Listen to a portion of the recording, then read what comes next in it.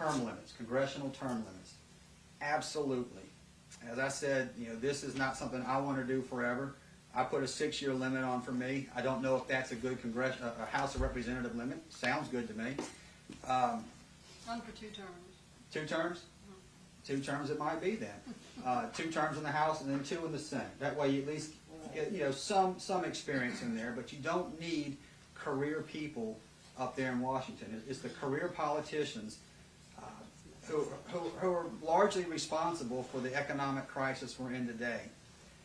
And I'm going to go ahead and pick on Bonner because we all like to pick on Bonner. He spent 18 years as a congressional staffer and the past 6.5, 7 years, whatever, as a congressman. I don't think he's ever held a real job in the private sector. He's never run a business. So somehow he is the guy that we've got to turn to get us out of this mess that he in part and his colleagues were largely responsible for creating. You can't have career people up there dictating to us how to run private business. You need to have individuals like yourselves or like me that have experience in the world, that have something to offer. I might be a developer. Another guy over there might be a doctor, an attorney, might work at the steel mill. You get a whole mixing pot is what it should be. We don't need the career people. Because the big problem with career politicians is it's a career. So what's most important? Keeping that career alive. And that means what I do may not be best for you guys, but it's going to be best for me if I'm a career guy. I'm more worried about where my money's coming from so I can run my campaign. A precursory look at Mr. Bonner showed that his last congressional run, he raised close to $800,000. Only 200 and change came from this local area, which means the rest came from D.C., the PACs, the lobbyists, and whatnot. So where is his loyalty? His loyalty is going to be where the money is. And that, and we'll lead into this, that in itself presents a problem for individuals like myself or like you, if you decide to do it, that want to challenge somebody who's already there. He's got a war chest. He's got a lot of money. He's got access to a lot of money. But we're not going to win that way. We're going to win one vote at a time, $20 at a time if we have to, because I can go into a room, or any of us can go into a room with 10 people and ask one simple question. Are you happy with the way Congress has acted the past 8 years? Odds are people will say no. And say, well, do you want to send the same people back? No. Well, right there we've got 10 votes. It's going to be just the reasons to send Bonner back are so small that it's almost, you almost can't have a debate about it.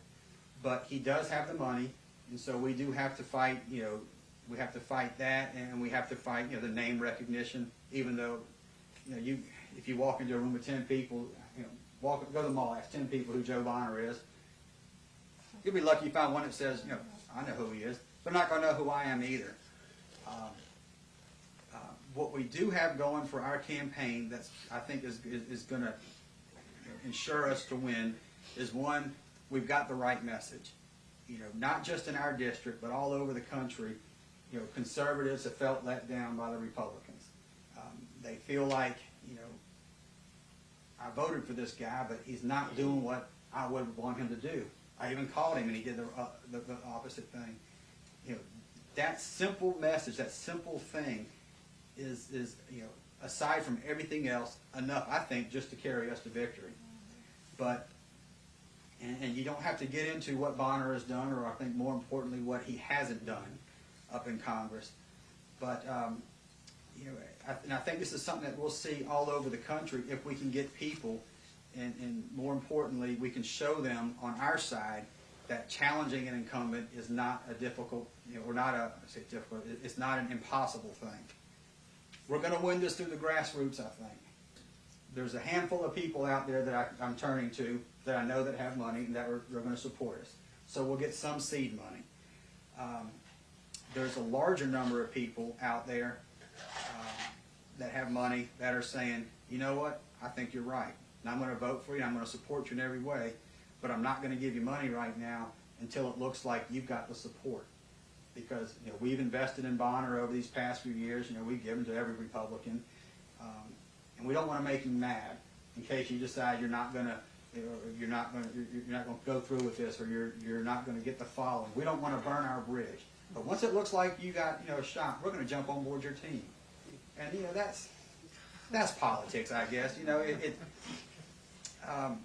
But I would rather get 100 people giving me $10 than one person giving me $1,000.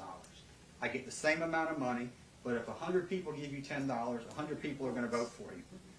And if I get one person giving me $1,000, I've got to go figure out how to take that $1,000 and figure out how to get 100 people to vote for me, and how to keep this guy that gave me $1,000 from calling me up every other day asking me what I can do for him.